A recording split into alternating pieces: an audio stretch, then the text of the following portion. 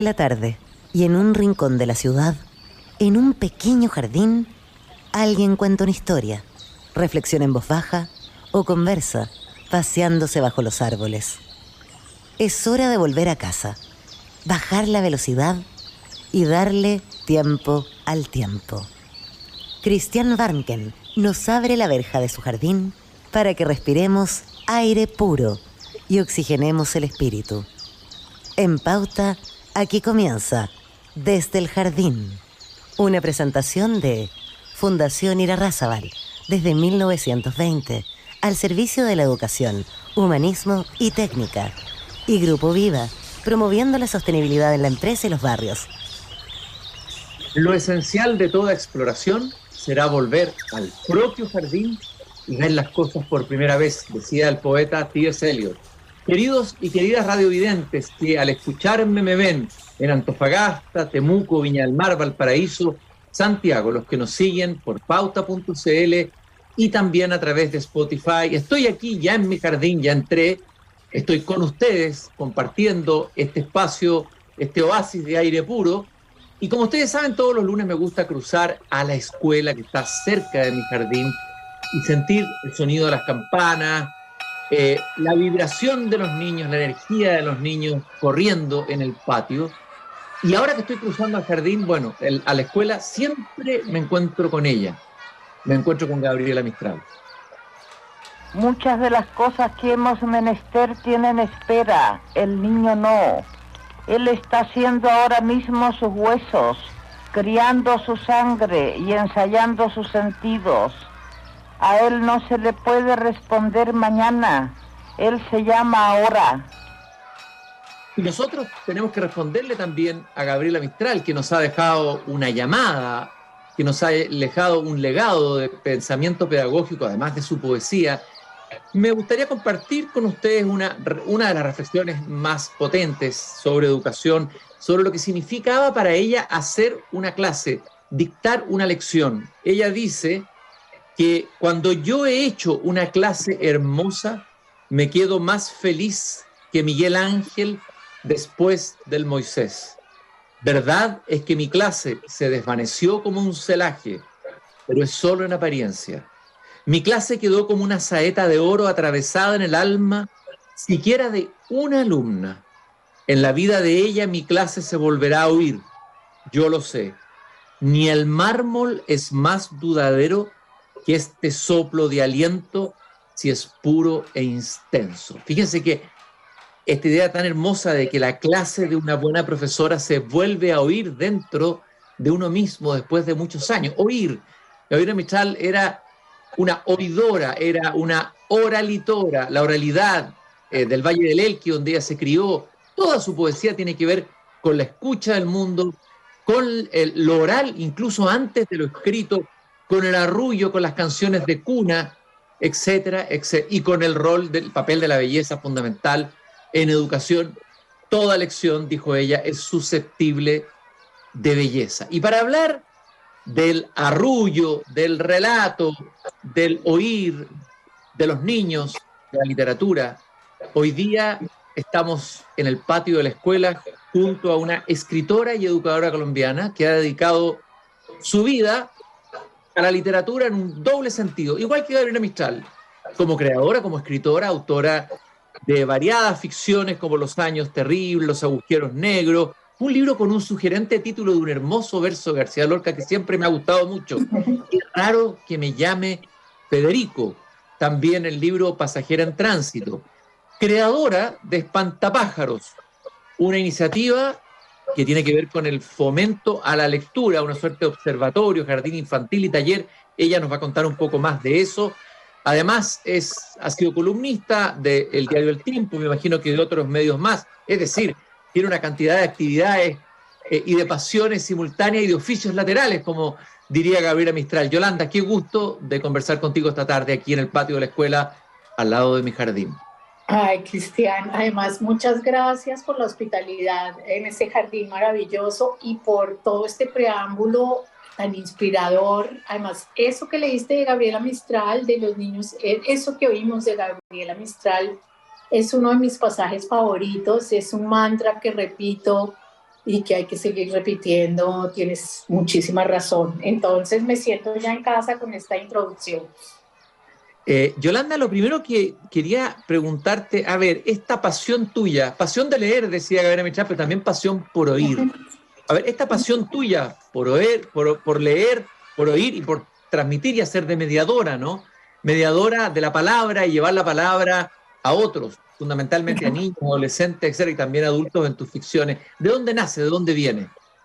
Bueno, eso viene de muy, muy, muy atrás. A mí yo fui oidora y me gusta que digas eso del oidor, de los oidores, porque eso es lo que hacemos en la infancia, oír, trabajar con los sonidos, fijarnos en esa materialidad y para apropiarnos de la lengua. Y yo tuve ese lugar de mi infancia es un lugar también muy en el que la oralidad está muy presente, y mi abuela fue mi entrada a ese mundo de las letanías, que también es el mundo de la poesía, que es el mundo de la tradición oral, y que siempre está centrado en esa repetición, en esa necesidad de que te envuelvan en palabras para que tú existas, para estar ahí. Es una necesidad muy de la infancia. Ese valor de la envoltura sonora que garantiza la presencia del otro en la vida. Quizás algunos somos más angustiados que otros en la oscuridad, o pensamos más pronto en las ausencias y nos duelen mucho. Y yo era una niña quizás más sensible o quizás tan sensible como todos los niños y las niñas, pero sí recuerdo mucho ese papel de letanía, de las palabras que van y vienen, y esa memoria oral que se transmite. Y mi abuela era una virtuosa, mis dos abuelas, pero específicamente mi abuela materna era una virtuosa de las palabras cantadas y contadas, y yo ahí en esa memoria poética bebí y me sentí también muy acompañada, muy protegida, muy envuelta, y eso creo que es una experiencia que me quedó ahí puesta. Te he leído, lo que te escucho también lo reafirma, esta idea tan hermosa de la importancia del arrullo, antes incluso de la palabra articulada, ¿no? Esas canciones de cuna que le proveen al niño una voz que acompaña, que envuelve. Bueno, Gabriela Mistral escribió muchas canciones para madres, para que las madres le cantaran a los niños. Hay una muy hermosa que dice: es la noche de desamparo de las sierras hasta el mar, pero yo la que te mece, yo no tengo soledad. Ella mece al niño, pero al mecerla, ella no tiene soledad, pero el niño tampoco tiene soledad. A ver, las palabras, ¿cómo pueden sacarnos de una soledad, como tú decías, angustiosa, de la zona del miedo en que a veces nos podemos extraviar? ¿Cómo ocurre esa magia de las palabras a partir de lo que tú has vivido y estudiado? Bueno, sí, de hecho, es la palabra, además de todas esas cosas, es la voz nos nombra, y la voz es la primera huella de la presencia de los otros en la vida. De hecho, claro, ya todas las neurociencias ya las neurociencias nos dicen esa intuición que Gabriela Mistral seguramente tenía, que García Lorca expresa tan bellamente en su texto sobre las nanas infantiles, y es esa envoltura sonora que nos cuenta que hay alguien esperándonos, y que hay alguien acompañándonos, y que nos introduce en el ritmo que tiene el mundo, pero además en el ritmo que tiene el mundo de lo humano. Y yo creo que también ahí esa huella está puesta en este juego entre la presencia y la ausencia, este drama, diría más que juego, este drama que se vuelve juego entre la presencia y la ausencia. El bebé es ese ser desvalido, ese renacuajo humano, en un mundo de sombras y de miedos, y en un mundo como tan indiscriminadamente amenazante, incapaz de valerse por sí mismo. Este cachorro humano siente al otro, porque lo ve venir, porque lo siente venir, porque lo escucha venir, y la actividad del bebé desde los últimos meses de gestación es la de un oyente, un oidor poético que tiene noticias ya, entre todo lo que oye del mundo que lo espera, tiene noticias de una lengua que suena, aunque no se sepa qué dice todavía, porque es una cosa completa, es una sonoridad completa, no está separada en pedazos. Entonces, cuando el bebé viene al mundo, reconoce esas voces que escuchó, y por supuesto la voz de la madre que viene desde las entrañas, es una voz que es familiar y que le habla de algo que conoce. Y el tiempo de ese primer tiempo de la vida que llamamos infancia, sin habla, pues está casi que a merced del habla de los otros. Pues no casi, está a merced del habla de los otros. Son ellos los que imponen y los que traen noticias de un mundo que se puede organizar. ¿Y cómo se organiza? Pues con unos ritmos que van y vienen. La canción de cuna, de hecho, tiene no solo en el contenido poético o en el contenido literal, sino también en su movimiento rítmico, tiene esa huella de la presencia y la ausencia, y tiene siempre esa idea de me voy pero vuelvo, me voy pero vuelvo, y ese latido del uno y el dos, del tú y el yo, y es muy bonito pensar como eso, el bebé lo descubre muy pronto y lo sosiega. Entonces ahí está, yo creo que es nuestra primera entrada a lo poético, viene por ahí, viene por las orejas y viene por el ritmo del corazón, y por esa alternancia entre la presencia y la ausencia. Qué hermosa esa idea de esta especie de sístole y diástole, de dos corazones que comienzan a latir con el arrullo y la palabra. Tú alguna vez escribiste, esto lo leí, no sé, lo escribiste tú o lo citaste, pero lo encontré muy, muy bello. Todo comienza en una habitación iluminada con una lamparita, con alguien que nos cuenta un cuento, o mucho más atrás, con una voz que nos arrulla cuando aún no tenemos las palabras. ¿Cuán importante es y cuánto sabemos hoy de lo relevante, de lo importante, de lo significativo que es contar cuentos en familia, contarle cuentos a los hijos en la noche, tener esa lamparita que es la palabra en la noche? Entonces, ¿qué sabemos o qué hemos aprendido de eso? Sí, bueno, claro, ese es el preámbulo que escribí para un libro que se llama La poética de la infancia, que recoge distintos textos que fui leyendo por ahí, escribiendo por ahí, y que tienen que ver con eso que he podido saber, con ese asomarme a ese mundo en el que nace la literatura y en el que las cosas son mucho más sencillas, ese nacimiento, el asistir a ese nacimiento una y otra vez, que también es el nacimiento. Es que cuando trabajas con niños muy pequeños, en mi caso, cuando estoy cerca de los niños tan pequeños, es como si cada vez asistiera al nacimiento al origen de las palabras, o de la fascinación por las palabras en la humanidad. Cada niño recorre otra vez ese camino. La ontogénesis y la filogénesis, es que ese es el lugar donde se encuentran, y es esa fascinación, Cristian, la que me ha hecho siempre pensar. Yo llegué a ese momento de la vida, a ese momento tan temprano de la vida, un poco quitándole capas a la desconfianza que produce la lectura en la escuela, porque digamos que a partir de esa pregunta, ¿cuándo es que nos pasa esta tragedia de pensar que las palabras son una imposición más que un don?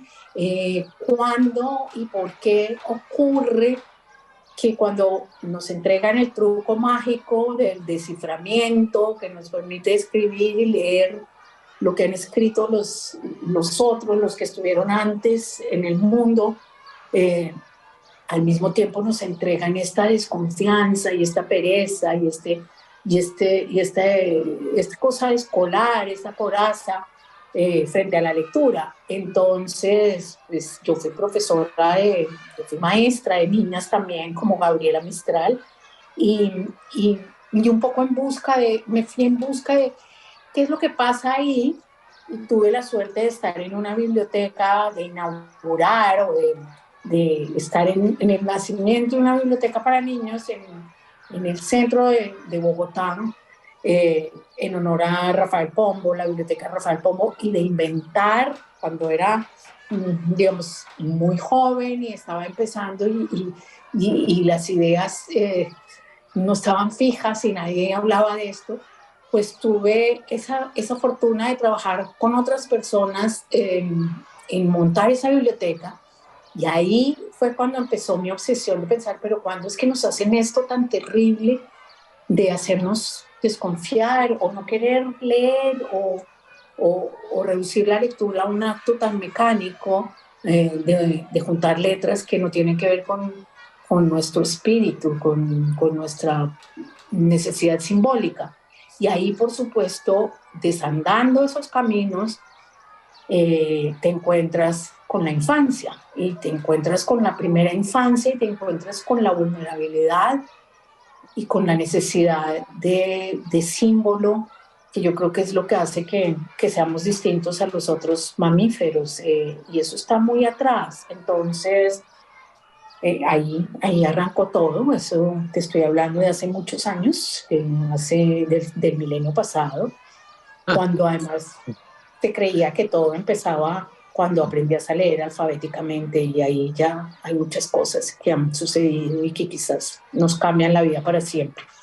Estamos caminando aquí en la escuela junto al patio del jardín con Yolanda Reyes, escritora y educadora colombiana. Tú también dijiste por ahí que hay que sacar los libros de la biblioteca, y eso me recuerda a una bibliotecaria francesa, Geneviève Pat, que agarró un canasto una vez en una biblioteca en la periferia de París y llevó los libros a un lugar difícil, a una periferia, a un barrio donde había mucho inmigrante, gente que no leía, que nunca había tenido contacto con el libro. ¿Qué significa y por qué es tan importante sacar los libros de la biblioteca? ¿Cómo hacemos esa travesía, de sacar el libro de la biblioteca? De hecho, los franceses, Geneviève, maestra de todos nosotros, y también los de Accès, ahí está Michel Petit, ahí está Belio Cabrejo, está Marie Bonafé, pero lo que todos ellos, digamos, nos abrieron el pensamiento, cómo llevas la biblioteca a los lugares en los que la biblioteca está amarrada también a esa misma idea de la exclusión, porque es que los libros estuvieron y han estado y siguen estando muy ligados a una idea de la que nadie habla tan explícitamente, y que es una idea de capital simbólico y de exclusión. Hay unos que leen y escriben y que acceden de una manera natural a todos esos, digamos, bienes culturales, y esos también son los que después escriben en los diarios, y los que escriben libros, y los que hacen programas como haces tú, o los que están del otro lado y dan entrevistas como yo. Y hay otros que están en la periferia, pero no solo es en la periferia de las ciudades, ni en los cinturones de miseria, es en la periferia de lo simbólico, como que entonces como esos acercamientos que los franceses han trabajado tanto, pues la escuela francesa de formación de lectores, en la que todos de alguna manera en algún momento nos nutrimos, abrieron esa posibilidad, cómo hacer que en los espacios no convencionales y en los públicos no ligados naturalmente, lo pongo entre comillas, a la cultura, digamos, literaria o a la cultura bibliográfica, sientan que eso también les pertenece, que hay algo de su espíritu que está puesto ahí, que hay algo de sus voces y de sus lenguas y de los cantos de su lengua que está puesto ahí. Y entonces son esas, sí, hay que sacar los libros. Yo dije sobre todo eso en la pandemia, porque me imaginaba tantísimas bibliotecas cerradas y tan pocos programas, de sacar todos esos libros ahí guardados, que no sabíamos cuánto tiempo iban a durar ahí, llevarlos a todas partes. De hecho, en Espantapájaros, que hay una pequeña biblioteca, lo primero que se nos ocurrió, con este desamparo y esta tristeza y esta deprivación de palabra que tuvimos al principio con esas máscaras en la cara, fue mandar libros a esos muchachitos, no importaba que se perdieran. Esa es otra cosa, Cristian, que yo soy poco convencional en la idea de que los libros se pierdan. La verdad, me importa mucho más que se pierdan los lectores. Entonces, los libros están ahí no para ser cuidados. O sea, el mejor destino de un libro es el encuentro con el lector. Eso también tiene que ver con otra idea, que no es solo sacar los libros de la biblioteca, es también llevar a los públicos no habituados a los libros, a las bibliotecas, es crear bibliotecas que sean hospitalarias para públicos distintos. Los bebés, por ejemplo, que estuvieron tan afuera durante tanto tiempo porque podían comerse los libros, como de hecho sucede. Bueno, ellos son un público de los que frecuentan bibliotecas ahora. Yo antes te quería preguntar también, en estos tiempos en que se viene, ya estamos en la revolución de la inteligencia artificial, en la digitalización, se ha hablado mucho de la posible competencia de lo digital con lo escrito, también con lo oral. Tú has dicho también que en este tiempo, probablemente también te referías a la pandemia, pero yo creo que probablemente se puede extender esta afirmación al tiempo que estamos viviendo, que son más necesarias que nunca las palabras y las historias. ¿Por qué son tan necesarias en este tiempo que plantea enormes desafíos a los mediadores de lectura, a los profesores, incluso a los padres, a quienes queremos estimular el placer y el amor por la lectura y las palabras? ¿Por qué son tan necesarios? Más necesarios que nunca. Porque necesitamos, porque paradójicamente las palabras poéticas y las palabras de esas pequeñas habitaciones propias, los cuartos propios que construyen la lectura en penumbra y digamos un poco al margen de ese ruido incesante que nos atraviesa a todas horas, y de esa omnipresencia, de esa hipervigilancia de la que somos objeto, pues justamente es el momento en el que más estamos necesitando refugiarnos en esa penumbra, en ese mundo en el que surge la particularidad de cada uno. Por supuesto, eso no quiere decir que no aprovechemos, para nada pienso en que no hay que aprovechar esto que nos está pasando a ti y a mí, que estamos hablando y nos estamos viendo por esta pantallita, y estamos también en un jardín con tantas personas que nos están escuchando, y todo esto por arte de la tecnología. Pero creo que hay un tiempo de la vida y un tiempo en la vida en el que necesitamos otras formas de lectura que tienen que ver con la introspección y tienen que ver con zonas ambiguas y zonas no compartidas con los demás. Fíjate que cuando estoy leyendo un libro, no porque sea de papel, también lo puedo leer en un soporte que no tenga internet. Estoy leyendo yo sola conmigo. Cuando estoy leyendo en el teléfono, a veces hay cosas interesantes que tengo que leer por aquí.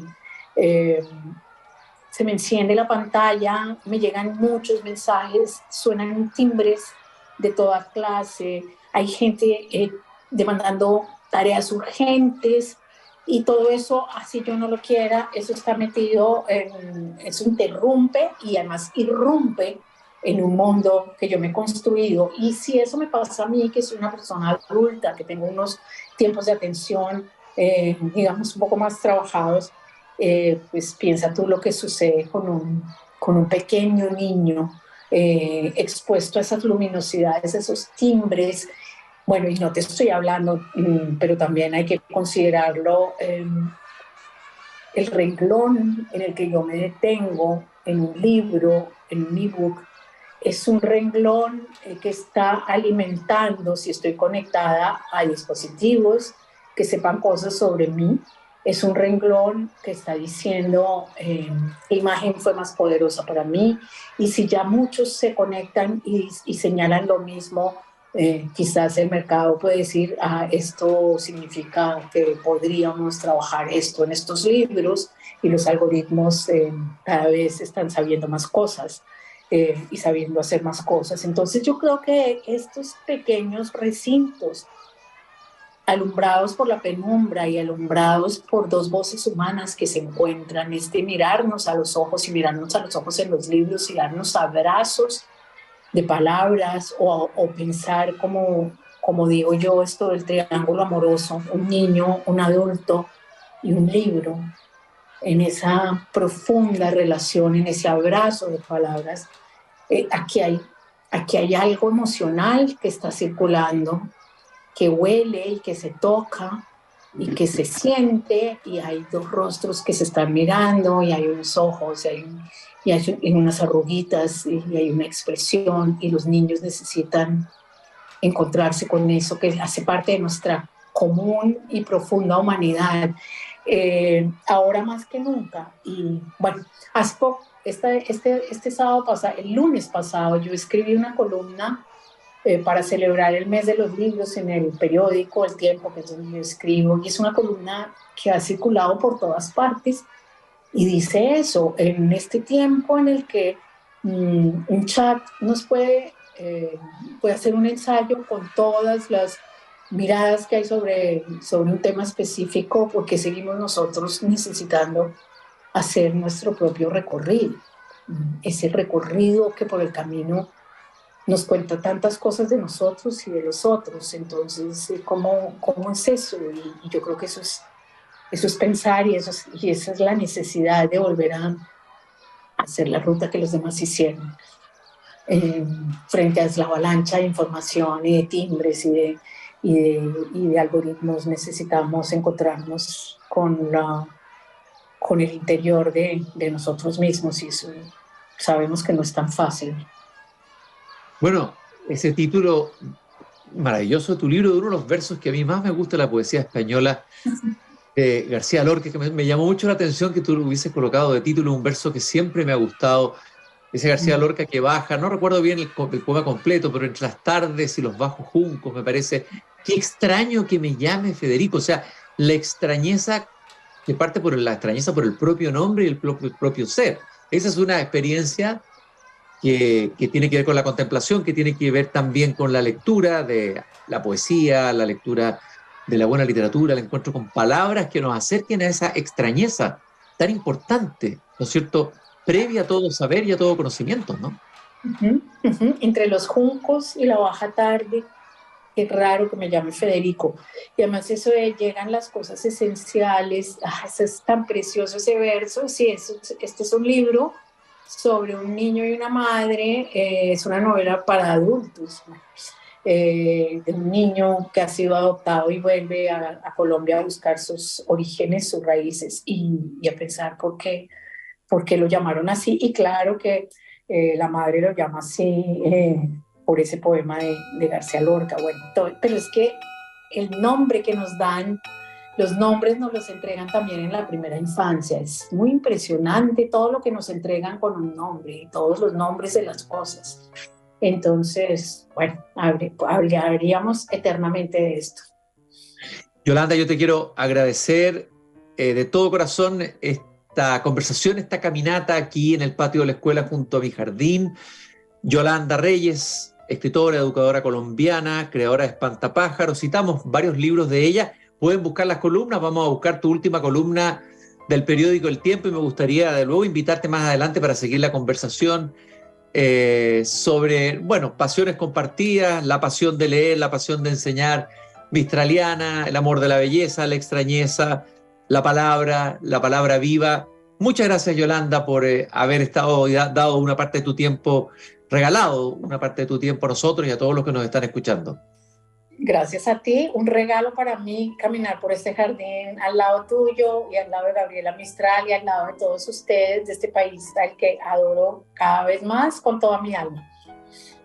Y del alma también te saludamos. Muchas gracias, Yolanda. Un abrazo muy grande. Recordarles que nos acompaña Fundación Irarrázaval, comprometida con la educación técnica del país, y también Grupo Viva, comprometido con la sostenibilidad en los barrios y la cultura en la empresa. Mañana a esta misma hora volveré a abrir la verja de madera de mi jardín para seguir paseando, ensoñando y conversando.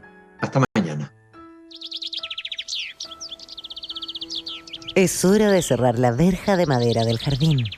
Pero Cristian Warnken la volverá a abrir todos los días de lunes a viernes a las 20 horas en Radio Pauta, cuando comience de nuevo Desde el Jardín. Una presentación de Fundación Irarrázaval, desde 1920, al servicio de la educación, humanismo y técnica. Y Grupo Viva, promoviendo la sostenibilidad en la empresa y los barrios.